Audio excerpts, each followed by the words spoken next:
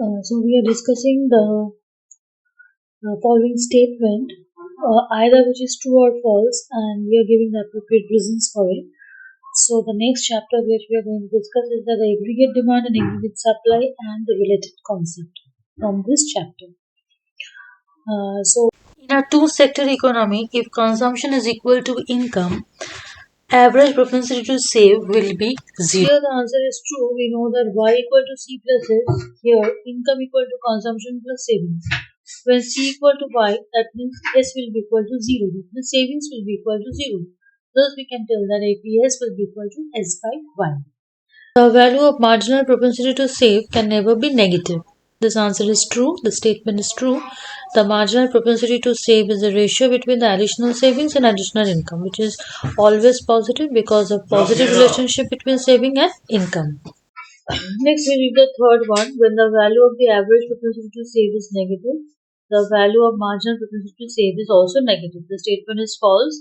The value of marginal propensity to average propensity to save is negative when the consumption is greater than the income. But it does not mean that the marginal propensity to save will also be negative. In fact, the marginal propensity to save can never be negative. Now here, the marginal propensity to save measures the change in saving from change in income. So saving cannot be decreased with the increase in income. Therefore, we can say that the MPS is always non-negative, even if APS is negative.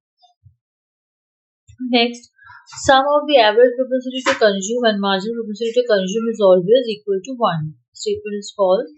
Sum of the average propensity to consume and average propensity to save as well as the sum of marginal propensity to consume and marginal propensity to save is always equal to 1. There is no fixed relationship between APC and MPC. Now here, the fifth statement, the AD does not include export.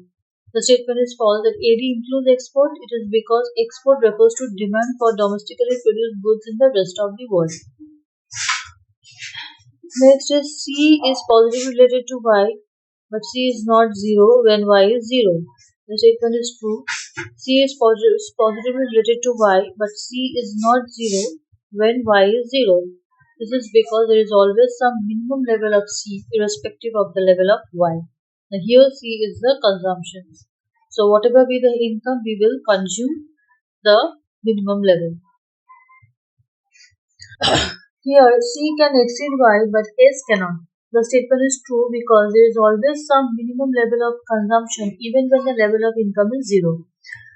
The consumption cannot exceed income. The statement is false. Consumption can be greater than income. There is always a minimum level of consumption even when the income is 0.